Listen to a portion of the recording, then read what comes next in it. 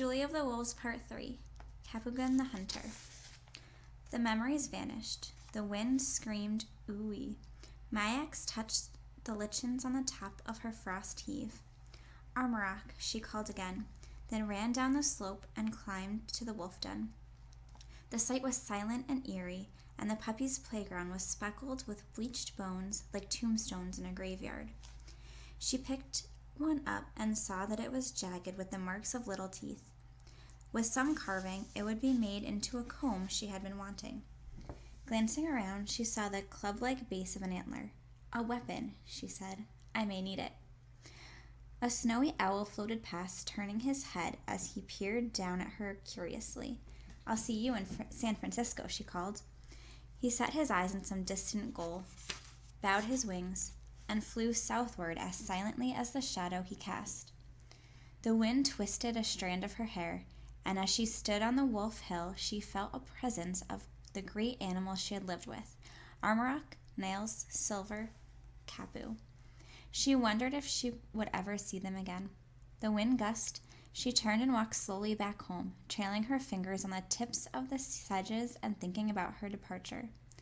At the top of her frost heave, she froze in her tracks. Her house was crushed in, and her sleeping skins were torn and strewn over the grass. The meat she had laid out on the grass was gone. Her icebox was open and empty. "Aye," she cried, "my food, my life, I'm dead." Running from broken house to dumped cooking pot to icebox, she felt needles of fear move up her spine, spread into her arms, and pierce her whole body. Who had done this? What bestial creature had taken her food? She looked desperately around and saw, crouched in the reeds almost beside her, the angry Jello. His tail was swishing slowly, his ears were forward. She understood his message and stepped back. Then she knew it was wrong. She must not give in. Hand tightening on the antler club, brandishing it, growling, she flung herself upon him and hit the top of his nose. His eyes widened, his ears and body drooped, and his tail went between his legs. He groveled on his belly and came up to her smiling, head lowered humbly.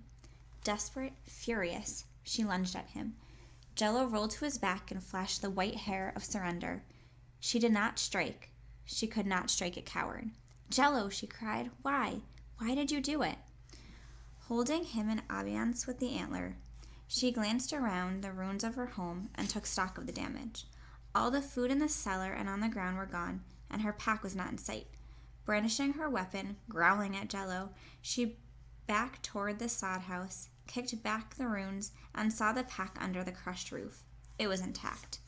Jello had not found the meat in it. Her mind raced. She had little food, and Capu had told her the lemmings were coming back. She could not yet make it. "Gnarl!" she snapped at Jello, and lowered her club. He rolled over, looked up, tail between his legs, and fled into the twilight. When he was gone, she stood for a long time. Finally, she picked up her sleeping skin and tore a fiber from the new hide. She got out her needle and, sitting with her legs out straight in the manner of Eskimo women, began to sew. A lemming ran across a lichen patch. She stopped working and watched the little animal add a mouthful of grass to its round nest. A movement caught her eye, and she glanced up to see a least weasel washing his belly on the other side of the knoll. New white fur was splotched across his gold back. He finished his toilet, and when he sat down, he disappeared under the reindeer moss. "You are tiny," she said, and smiled. Another cycle was beginning. The animals who preyed on the lemmings were also coming back. My ex put her needle away, rolled the ground skin into the tight bundle, and tied it to the bottom of the pack. Then she got her pot and sleeping skin, her ulo, the man's knife, and bones, and her flowers. She packed them, tied a thong to the new Caribbean skin so she could drag it behind her, and lined up her pointed stones with a distant frost heave. "It's time to go," she said, and walked away, not looking back. Many hours later, she opened her pack, spread her skins, and took out a strand of smoked meat. A snowshoe hare screamed, and recognizing the cry of death, my ex picked up her club and ran off to take the rabbit from its killer. Rounding a clump of grass, she came upon an enormous wolverine, the king of the Arctic weasel family. Slowly, he lifted his head. The wolverine was built low to the ground, and his powerful front feet were almost as big as a man's hand. Utterly fearless, he looked at her in the face. "Shoo!" she said, and jumped at him. He left the rabbit and came toward her. She jumped back and raised her club. He leaped lightly to the side, snarled, and sauntered away.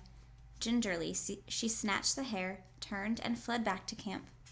The wolverine's fearlessness sent goosebumps up her spine. Hastily throwing the hare on the caribou skin she was dragging for just such a purpose, she walked on. A tern floated past. She took out her sinew, held her arm under the bird, and singing aloud strode toward Point Hope. At sunset, the clouds were dark and softened like bears. They could dump a foot of snow or a sprinkle of snow. She dug a niche in the side of the heave with her man's knife, folded her ground skin into an envelope, and pushed it into the cave. With deft hands, she pressed her sleeping skin into the envelope, then undressed. The fur nestled her, and when each toe and finger was warm, she peered solemnly out of her den. The sky darkened, the clouds lowered, and the wind blew like a charging buck. In less than a minute, she could see no more than the fur around her face. The snow had come. Buried in her skins like an animal in its lair, Myax wondered about Amarak and Kapu. Would they be curled in furry balls, or would they be running joylessly throughout the first storm of the winter, following their noses to game? When she awoke, the sun was out, the sky was clear, and only a feathering of snow covered the tundra, just enough to make it winter. Before she had dressed, however, the crystals had melted, all but a few of the north sides of the slopes that spoke of things to come. Maddox pulled a snarl out of her hair with her fingers and looked around. Someone was watching her. Running to the top of a low hill, she scanned the flatness. A dozen stout caribou, their white necks gleaming in the sunlight, browsed in the distance, but there was nothing else. She laughed at herself, went back to camp, and ate a piece of smoked meat. Rolling her skins and shouldering her pack, she walked to the caribou skin to pick up the leads. It was empty. Someone had taken her rabbit in the night. A wolverine, she thought.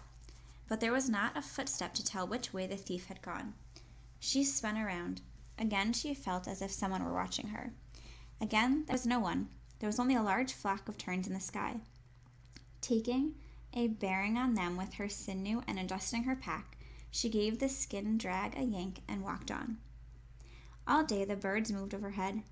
She walked a straight line to the ocean, for the pools had frozen and she could follow her compass without deviating. When the eerie feeling of being watched persisted, Myax began to wonder if the vast nothingness was driving her mad, as it did many Gussicks. To occupy her mind, she sang as she gathered caribou droppings and put them on her drag. "Armorok Wolf, my friend, you are my adopted father. My feet shall run because of you. My heart shall beat because of you, and I shall love because of you." That evening, she stopped early, built a bright fire, and cooked a stew, adding it to a sweet leather lichen from the tundra. While the pot simmered and the steam hung above it like a gray spirit, she took out a needle and thread and mended a hole in her old mitten. The earth trembled. She glanced up to see two of the largest caribou she had ever beheld. She could tell by the massiveness of their antlers that they were males, for those of the females were more slender and shorter. As the two ran side by side, the gleam of their headpieces told her it was a breeding season for the caribou. When the last fuzzy antler coating of summer is rubbed off and the horns glow and shimmer, the mating season begins, a season of bellowing and short tempers. Suddenly, the lead bull circled and came toward the other. Both lowered their heads and clashed antlers with a clinking crack that sounded like a shot. Neither was hurt. They shook their heads and stepped back, tossed their antlers, and bellowed. Colliding again, they pawed the ground and then peacefully trotted away. Myax wondered who they were fighting over, for not a female was to be seen. All the bravado and glamour seemed lost on the grass and the sky. Nevertheless, when she had eaten, she picked up her pack, tugged on the cumberstone drag, and moved on, for the thundering animals told her she was along the migration path, and she did not want to camp in the middle of a caribou love nest. Far from the herd, she stopped by a pond and made her bed. She was not sleepy, so she took out the wolf puppy bone and, holding the ulo between her knees, carved a tooth in the comb. Orange and purple shadows crept over the land as the sun went down that night, and Myax crawled into her sleeping skin, noting that the days were growing shorter.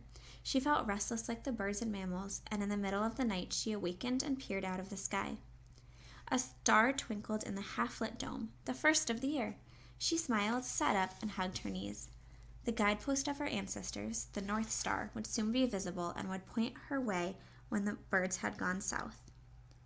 Softly across the distance a wolf barked, then another.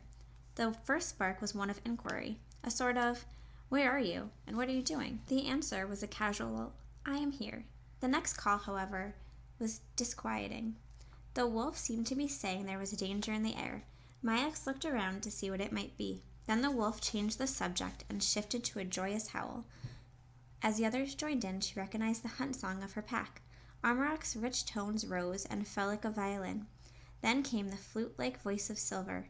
Nail's voice arose, less strong than Armorak's, bringing variation to the theme. Cupping her hands behind her ears, she listened intently.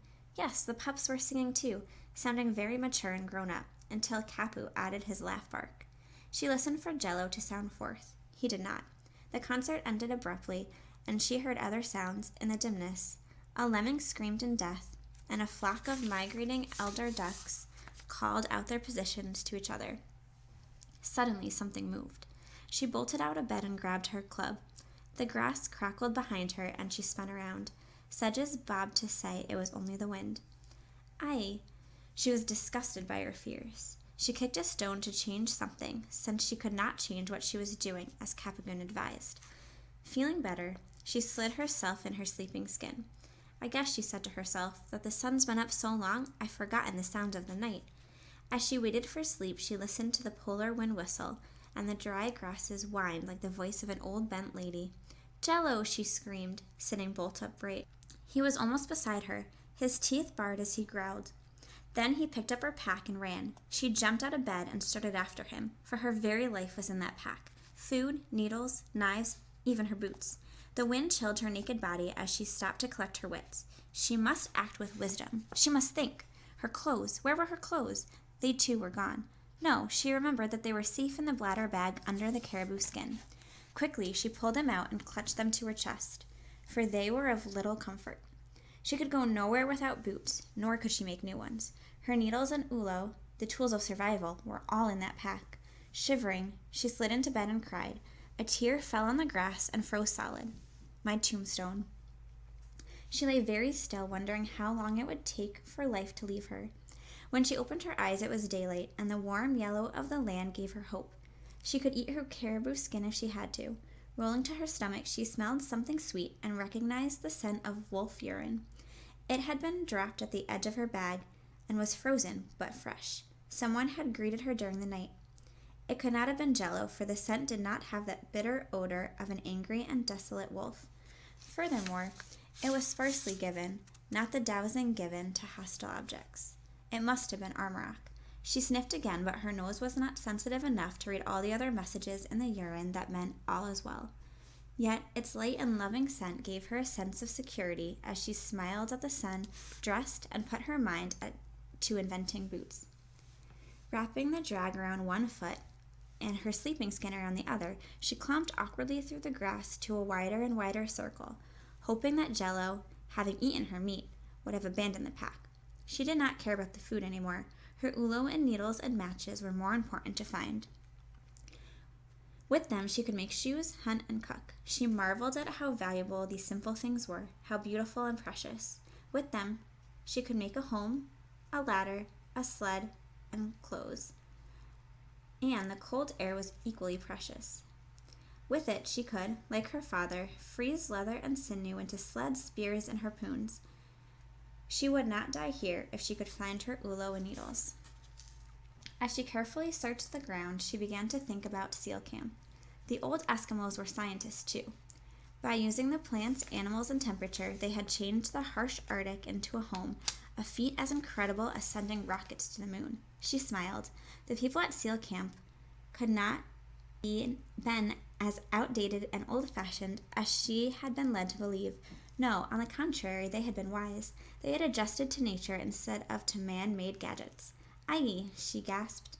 On the side of the ground swell lay Jello, his body torn in bloody shreds, his face contorted.